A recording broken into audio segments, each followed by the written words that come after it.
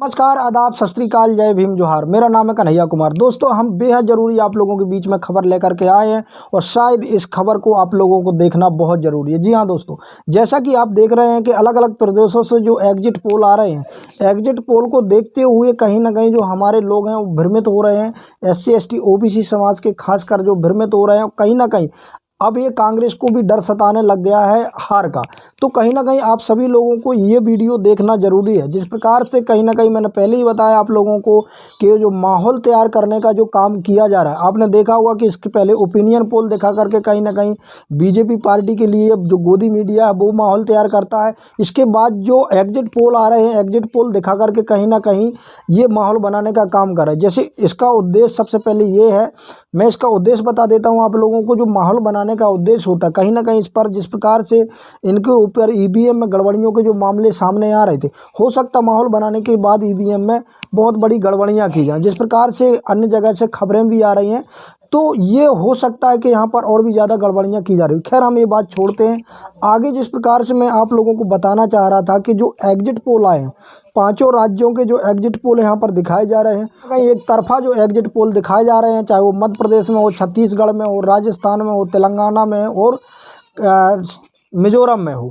तो जिस प्रकार से ये कहीं ना कहीं एग्जिट पोल दिखाए जा रहे हैं, कहीं ना कहीं ये मेरे हिसाब से गलत है। जी हाँ दोस्तों, मैं आप लोगों के बीच में एकदम सटीक एग्जिट पोल बताने का काम करूंगा। कि इससे पहले मैं बताऊंगा आप लोगों को मध्य प्रदेश का। जिस प्रकार से यहाँ पर मध्य प्रदेश में जितनी भी एजेंसियां थी सर्वे करने वाली, यहाँ पर एक तरफा कहीं ना कहीं बीजेपी को जीत दिखाई जा रही है। लेकिन दोस्तों, मैं आप लोगों को आज बता देना चाहूँगा, और कहीं ना कहीं ये चीज़ लिख लीजिए आप लोग, कि आखिरकार जिस प्रकार से दिखाया जा रहा है ये एकदम ये झूठ कहीं ना कहीं एग्जिट पोल है। और मैं एक चीज़ आप लोगों को बीच में बता देना चाहूँगा कि जो एग्जिट पोल ये निकाला गया है, ये लाडली बहना के आधार पर निकाला गया। लेकिन दोस्तों, शायद जितने ये एग्जिट पोल करते हैं एजेंसियां वाले, इनको शायद ये अंदाज़ा नहीं होता कि आज भी ग्रामीण क्षेत्र हो या शहरी क्षेत्र हो, आज भी जितनी भी महिलाएं होती हैं, जो कहीं ना कहीं यहाँ के पुरुष कह देते हैं वो महिलाएं करती हैं। यदि उनने वोट डालने के लिए जिस पार्टी को बोला होगा वो उसी पार्टी को डालेंगे। उनको लालच 1000 या 1500 रुपये की लालच दे करके आप उनको खरीद नहीं सकते, ना ही उनको वोट डलवा सकते। लेकिन कहीं ना कहीं जिस प्रकार से एग्जिट पोल निकाला गया है, ये एग्जिट पोल जो निकाला गया हो लाडली बहना के आधार पर निकाला गया, और इसी में लगभग चाहे वो कोई भी न्यूज एजेंसी हो जिन्होंने एग्जिट पोल दिखाया है, इसलिए उन्होंने बीजेपी को सबसे ज़्यादा बड़ा दिखाई है। वहीं दोस्तों, मैं आप लोगों को सबसे पहले मध्य प्रदेश का एग्जिट पोल बता देता हूं। यहाँ पर मध्य प्रदेश में 230 विधानसभा सीटें हैं। यहाँ पर 116 बहुमत के लिए चाहिए होते हैं। जी हाँ दोस्तों, और यहाँ पर जिस प्रकार से ये एग्जिट पोल यहाँ पर 135 से 140 तक सीटें जो बीजेपी पार्टी को दिखा रहे हैं। जी हाँ दोस्तों, मैं एकदम सटीक आप लोगों को बताऊंगा कि यहाँ पर लगभग जो कांग्रेस पार्टी है वो 95 से लेकर के 112 115 तक सीटें ले आएगी। जी हाँ दोस्तों, ये लिख लीजिए, 95 से लेकर के 115 तक सीटें यहाँ पर कांग्रेस पार्टी जीत सकती है। और जी हाँ दोस्तों, यहाँ पर लगभग कांग्रेस की सरकार बनेगी। यदि किसी के समर्थन की ज़रूरत पड़ेगी तो यहाँ पर कांग्रेस पार्टी को निर्दलीय या बहुजन समाज पार्टी का समर्थन मिल सकता है। जी हाँ दोस्तों, और इसके अलावा यदि बीजेपी की बात करें तो बीजेपी मेरे हिसाब से यहाँ पर 90 से 100 के बीच में सिमट जाएगी। जी हाँ दोस्तों, वहीं बात करें बहुजन समाज पार्टी की, तो बहुजन समाज पार्टी यहाँ पर लगभग 6 सीट से 12 सीटें जीत सकती है। जी हाँ, और कहीं ना कहीं जिस प्रकार से मध्य प्रदेश में आज के समय जो रुझान देखे जा रहे हैं, या जो मैंने ग्राउंड पर जगह जगह जा कर के लोगों से रिव्यू लिया या पूछा, मुझे ये लग रहा है कि यदि बहुजन समाज पार्टी यदि यहाँ 6 से 12 सीट जीतने में यदि कामयाब रहती है, तो सबसे बड़ी किंग मेकर की भूमिका यहाँ पर बहुजन समाज पार्टी निभाएगी। जी हाँ दोस्तों, ये जो मैं आंकड़े बता रहा हूँ आप एक बार लिख लीजिए, और कहीं ना कहीं ये जो आंकड़े हैं वो सटीक आप लोगों के नज़र आएंगे। क्योंकि जिस प्रकार से यहाँ पर कांग्रेस की हवा थी, और काफ़ी समय से मैं देख रहा था, मैं प्रत्येक पोलिंग में गया, जितनी भी पोलिंगें थी लगभग जहाँ मैं जा सका, और मैंने कई जगह देखा तो वहाँ पर 70 से 75% जो वोट पड़ रहा था, लगभग 60% वो वहाँ पर कांग्रेस पार्टी को पड़ रहा था। जो जी हाँ दोस्तों, इसलिए मैं आपको बता रहा कि यहाँ सबसे ज़्यादा जो बड़ी पार्टी होगी और सबसे ज़्यादा जो सीट लाने वाली पार्टी होगी वो कांग्रेस पार्टी होगी। तो ये जो मैंने आप लोगों को बताया था, ये था मध्य प्रदेश का इसके अलावा मैं आप लोगों को राजस्थान का आप लोगों को एग्जिट पोल बता देता हूँ। यहाँ पर जो राजस्थान का एग्जिट पोल है, यहाँ पर कहीं ना कहीं बीजेपी पार्टी को ज़्यादा सीटें दी जा रही हैं। जी हाँ दोस्तों, यहाँ पर 199 सीटों पर चुनाव हुआ है और यहाँ पर 100 सीटें पूर्ण बहुमत के लिए चाहिए होंगी। जी हाँ दोस्तों, वहीं जिस प्रकार से यहाँ बीजेपी को मैंडेट दिया गया है, यहाँ पर भी मैं आप लोगों को बता देना चाहूँगा कि यहाँ पर लगभग जो कांग्रेस पार्टी है वो 90 तक जीतेगी। जी हाँ दोस्तों, यहाँ पर 85 से 90 सीटें यहाँ पर कांग्रेस पार्टी जीतेगी। बात करें अपन बीजेपी पार्टी की, तो बीजेपी पार्टी यहाँ पे लगभग 75 से 80 सीटें जीत सकती है। जी हाँ दोस्तों, वहीं बात करें बहुजन समाज पार्टी की, तो बहुजन समाज पार्टी आपने पिछले बार भी देखा होगा कि यहाँ पर 6 सीटें जीती थी।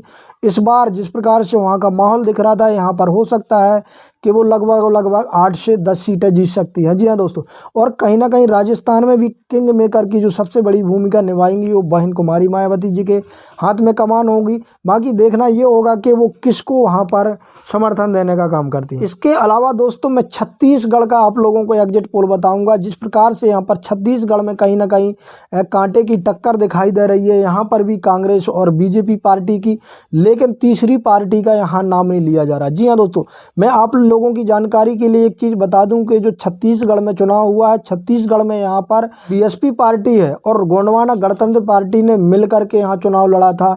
और यहाँ पर जिस तरीके से जो बहुजन समाज पार्टी चुनाव लड़ा था, वो जो ग्राउंड में देखा जा रहा था, यहाँ पर लग रहा है कि बहुजन समाज पार्टी अच्छी खासी मार्जिन से यहाँ पर जीत दर्ज करेगी। जी हाँ दोस्तों, मैं ये नहीं कह रहा हूँ कि सरकार बनाएगी, लेकिन यहाँ पर भी बहुजन समाज पार्टी सबसे अच्छा प्रदर्शन करेगी।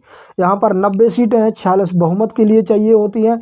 यहाँ पर जो है अधिकतर जो एग्जिट पोल में दिखाया जा रहा है कि कांग्रेस की सरकार बनेगी, लेकिन दोस्तों यहाँ पर भी बहुजन समाज पार्टी कहीं ना कहीं ट्रिंगल मामला फंसा रही है। जी हाँ दोस्तों, यहाँ पर ट्रिंगल मामला फंसा रही है और आप शायद ही एग्जिट पोल मैंने जो बताए हैं ये लिख लीजिए, लगभग सही होंगे। यहाँ पर कांग्रेस की सरकार तो बनेगी, लेकिन यहाँ पर किसी न किसी के समर्थन की ज़रूरत जरूर पड़ेगी।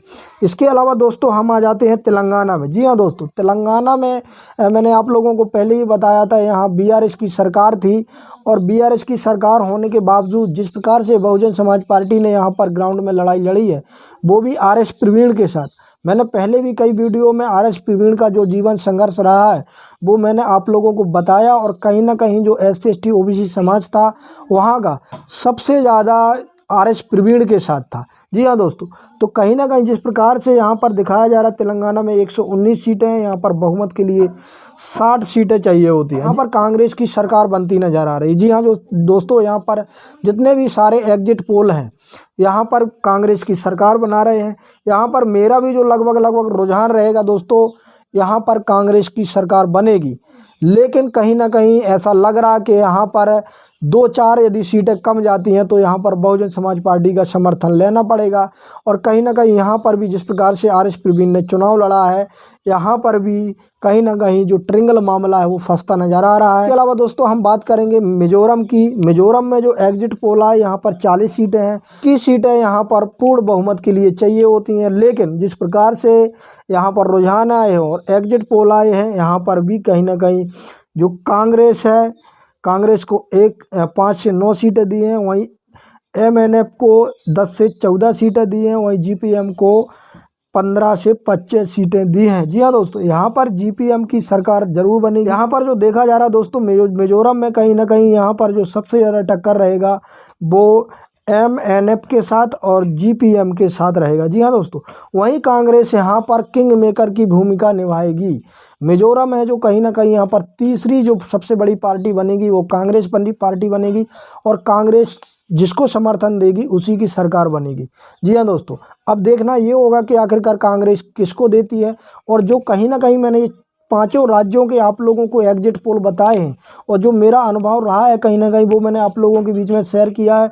आप लोग शायद रिजल्ट आने के कल बाद देखेंगे कि आखिरकार ये सच हो रहे हैं या नहीं। वहीं कल हम 8 बजे से आप लोगों के बीच में लाइव रहेंगे और लाइव आप लोगों को जितने भी बहुजन चैनल हैं कहीं ना कहीं अपडेट देने का काम करेंगे। वहीं मैं भी सटीक रिजल्ट रहेगा वो बहुजन समाज पार्टियों को लेकर के रहेगा और जितनी भी बहुजन समाज की पार्टियां हैं उनका मैं आप लोगों को पल पल में आप लोगों के बीच में खबर देता रहूँगा। अंत में BM न्यूज़ 90 की आपसे गुजारिश है कि अभी तक आपने हमारे चैनल को सब्सक्राइब नहीं किया तो चैनल को सब्सक्राइब कर लें, साथ में बेल आइकन को प्रेस कर लें। वहीं फेसबुक पर देख रहे हैं तो फेसबुक पेज को फॉलो कर लें और कहीं वीडियो को लाइक कर दें। धन्यवाद।